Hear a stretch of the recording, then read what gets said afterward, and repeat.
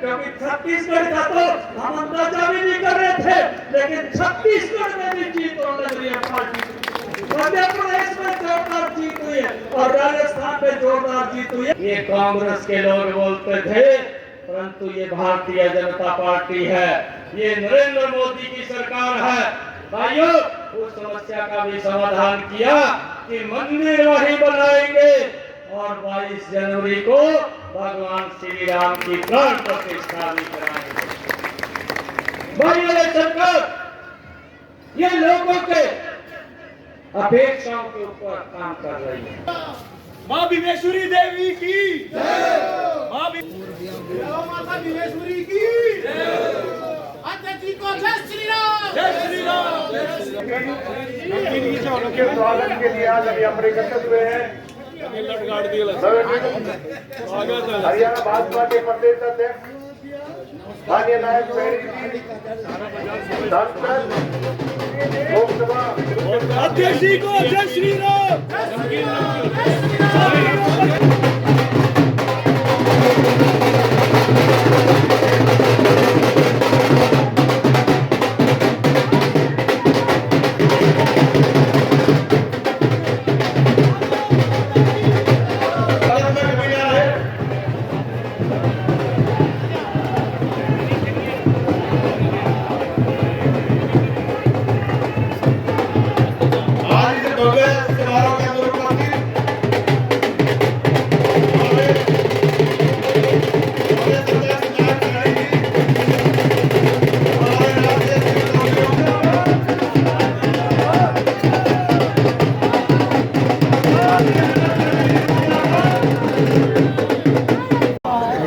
अरे फोन नीचे करियो रे भाई। भाई साहब एक मिनट। भारत माता की भारतीय जनता पार्टी जिंदाबाद, भारतीय जनता पार्टी जिंदाबाद, चौधरी प्रकाश धनखड़ जिंदाबाद। आज उनका बेरी हल्के का दौरा था, शानदार स्वागत यहाँ बेरी हल्के में हुआ है।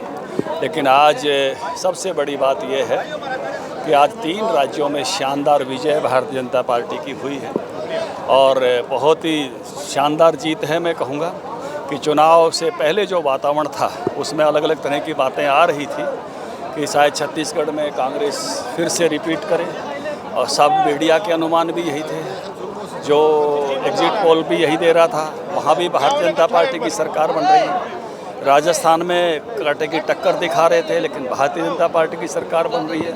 मध्य प्रदेश में तो मैं कहूँगा कि 162 सीटों के आकलन अब आ गए हैं। तो मैं एक शानदार विजय नरेंद्र मोदी जी पर, भारतीय जनता पार्टी की योजनाओं पर, मध्य प्रदेश की सरकार के काम पर और छत्तीसगढ़ और राजस्थान में कांग्रेस के कुशासन पर लोगों ने चोट की है और इस पर मोहर लगाई है बीजेपी के अच्छे काम पर।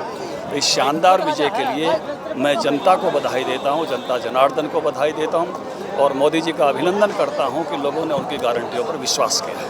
भाजपा आरोप लगा रही थी कि कांग्रेस फ्री की रेवड़ियाँ बांट रही है, कहीं ना कहीं आपकी तरफ से घोषणाएं की कि राजस्थान हो, मध्य प्रदेश हो। देखिए, लोक कल्याण की योजनाएं वो आजकल के राज्य को कल्याणकारी राज्य के रूप में ही सब जगह मैं कहूँगा परिभाषित करते हैं। बजट की सीमाओं के साथ जो पार्टी आगे बढ़ती है और राज्य की पूरी ग्रोथ को साथ देखते हुए चलती है, क्योंकि बीजेपी का जो सोचने का तरीका है वो उस प्रकार का है। कुछ लोग केवल झूठी घोषणाएं करके जो शासन को, जनादेश को लूटने का काम करते रहे, जनादेश की चोरी करते रहे। मध्य प्रदेश और राजस्थान दोनों राज्यों में आपको याद होगा राहुल गांधी ने कहा था 10 दिन में किसानों का कर्जा माफ होगा और दोनों राज्यों के किसानों ने ठगा हुआ महसूस किया था। राजस्थान के एक किसान ने तो वीडियो बनाकर और अशोक गहलोत को कहते हुए, राहुल गांधी को ये कहते हुए कहा था कि आपने झूठ बोला और मेरे पर कुर्की आ गई है, इसलिए मैं आत्महत्या कर रहा हूँ।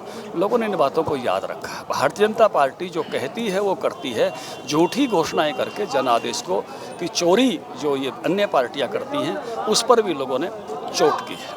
राहुल गांधी ने कहीं ना कहीं प्रधानमंत्री को पनौती कहा था, क्या आज वो अपने बयान पे पछता रहे हैं? देखिए, वो एक कहावत है रामायण में, जाकी रही भावना जैसी तिन देखी प्रभु मूरत तैसी। प्रभु तो प्रभु है, जो महान है, अच्छा है, वो तो अच्छा ही है।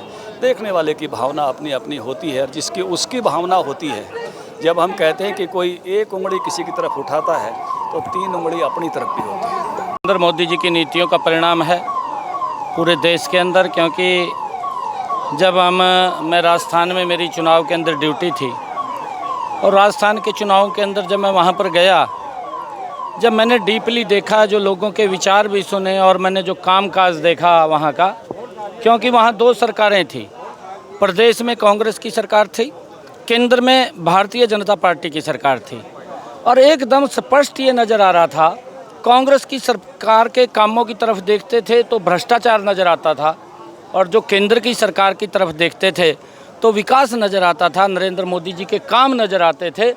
एकदम स्पष्ट अंतर नज़र आ रहा था। लोग समझ गए हैं कि कांग्रेस एक भ्रष्टाचारियों का टोला है, ये वोट भ्रष्टाचार के लिए मांगते हैं, नरेंद्र मोदी जी विकास के लिए मांगता है। ये अंतर, और उसका परिणाम है कि आज लोगों ने बड़े स्नेह और श्रद्धा के साथ कमल का फूल खिलाने का काम किया है।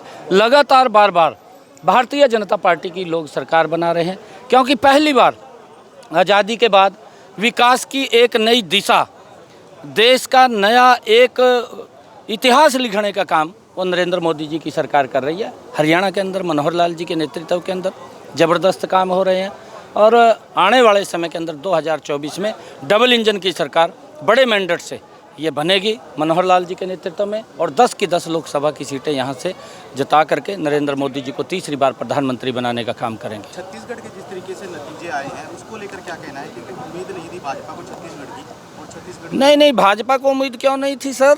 भाजपा को पूरी उम्मीद थी। हमारा कार्यकर्ता मजबूती से खड़ा था।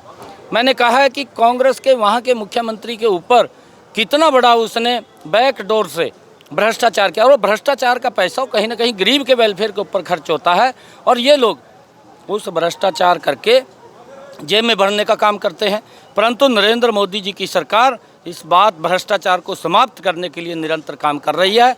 मनोहर लाल जी की सरकार भ्रष्टाचार को समाप्त करने के लिए निरंतर काम कर रही है, और उसका परिणाम है कि दूर से दूर बैठे हुए व्यक्ति तक योजना का लाभ पहुंच रहा है। और मैंने ये पहली बार देखा है, मैं आपको बताना चाहता हूं कि नरेंद्र मोदी ने जो कहा था 2014, मेरी सरकार गरीबों को समर्पित सरकार है, आज विकसित भारत संकल्प एवं जनसंवाद यात्रा के माध्यम से पंचायत जाकर के गरीब व्यक्ति को देख करके उसको सरकार की योजना के साथ जोड़ने का काम ये पहली बार सरकार कर रही है। मैंने कांग्रेस का शासन भी देखा है। कांग्रेस के लोग गरीब व्यक्ति से वोट ले लेते थे, परंतु वोट लेकर के वो सरकार को दिखाई नहीं देते थे। गरीब व्यक्ति ढूंढता रहता था कि सरकार कहाँ है। आज सरकार उनके दीवार घर के ऊपर है, दरवाजे के ऊपर है। कांग्रेस के समय के अंदर वो दिखाई नहीं देते थे, वो घूमते रहते थे, और उसका परिणाम है कि लोग बहुत सारी सुविधाओं से वंचित रह जाते थे। आज हर सुविधा लोगों को मिल रही है। हमारी माताओं को, बहनों को हर घर के अंदर नल और स्वच्छ जल पहुंचाने की बात है। किसान को प्रधानमंत्री किसान सम्मान निधि देने की बात है। चाहे प्रधानमंत्री फसल बीमा योजना के माध्यम से किसान को मजबूत करने की बात है। उन गरीब व्यक्तियों को जिनको आज तक बैंक में जाने का अधिकार नहीं था, जनधन खाते खोल करके उन तक उनके खाते सम्मान देने की बात है। आयुष्मान कार्ड के माध्यम से लोगों को 5 लाख रुपए तक का अधिकार दिया है। उन माताओं बहनों को जिनके घर में गैस का सिलेंडर कनेक्शन नहीं था, उनके घर के अंदर गैस का कनेक्शन और सिलेंडर पहुंचाने की बात है। कांग्रेस के समय के अंदर तो लाइन में सिलेंडर मिलता था। नरेंद्र मोदी जी ने लाइन को ख़त्म किया। लाइन को ख़त्म करके उस माता बहन के जिसने आज तक गैस का कनेक्शन सिलेंडर ही नहीं देखा था, उसके घर में भी गैस का सिलेंडर कनेक्शन पहुंचाने की व्यवस्था नरेंद्र मोदी जी ने की। इन 9-9.5 वर्षों में भारत ने एक नई करवट ली है। नया भारत नरेंद्र मोदी जी के नेतृत्व में बना है। नया हरियाणा मनोहर लाल जी के नेतृत्व में बन रहा है। उसका परिणाम है कि आज जो चुनाव के नतीजे आए हैं, ये उन विकास कार्यों के ऊपर मुहर है। आदरणीय नरेंद्र मोदी जी को, आदरणीय जगत प्रकाश नड्डा जी को, आदरणीय अमित शाह जी को और आदरणीय ठाकुर राजनाथ सिंह जी को हम दिल से धन्यवाद करते हैं कि उनके नेतृत्व के अंदर जो इस प्रकार के काम हुए हैं वो ज़बरदस्त काम हुए।